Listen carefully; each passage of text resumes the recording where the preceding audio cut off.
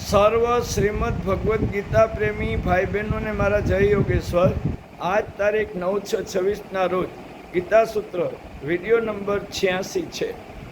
ઈશ્વર દ્વારા આપણને મનુષ્ય દેહ મળ્યો છે તે પ્રભુની 84 લાખ યોનિઓમાં શ્રેષ્ઠ ભેટ છે.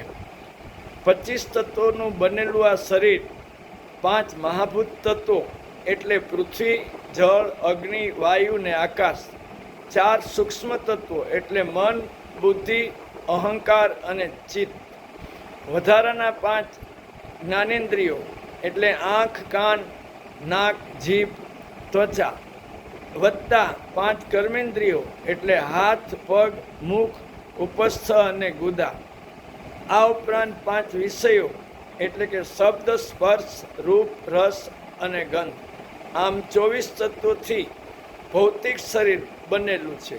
વત્તા 25મું તત્વ એટલે આત્મા કે પુરુષ અથવા જીવાત્મા કે ચેતના, જે ભૌતિક શરીરનો માલિક છે.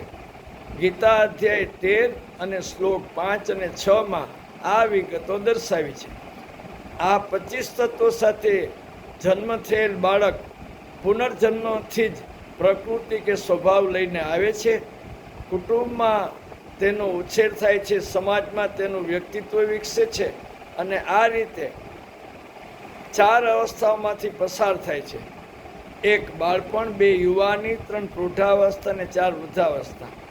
આમ બાળપણ વિશે બાળ મનોવિજ્ઞાનમાં ગર્ભાવસ્થાથી માંડીને 13 વર્ષ સુધીનો અભ્યાસ વૈજ્ઞાનિક રીતે કરવામાં આવે છે. દરેક કુટુંબમાં મા બાપે બાળકના વ્યક્તિત્વને સમજવા માટે આપણને ઈશ્વરે કહેલી વાત એકોહમ બહુશ્યામ ના દર્શન થશે. આપણે યાદ કરીએ કે એક શાયરે સાફીરની એ કહ્યું છે કે વાંસળી ઉચકે છે 2 હાથે પણ આંગળીએ પર્વત અધર. આ કૃષ્ણની બાળ લીલાનું વર્ણન છે. એવું જ રામની બાળ લીલાનું વર્ણન છે. તો આપણા કુટુંબમાં ઉછરેલ બાળકની બાળ લીલા પણ આપણે સમજવી જોઈએ. તેનાથી જ તેનું વ્યક્તિત્વ વિકસે છે. વધુ કાલે.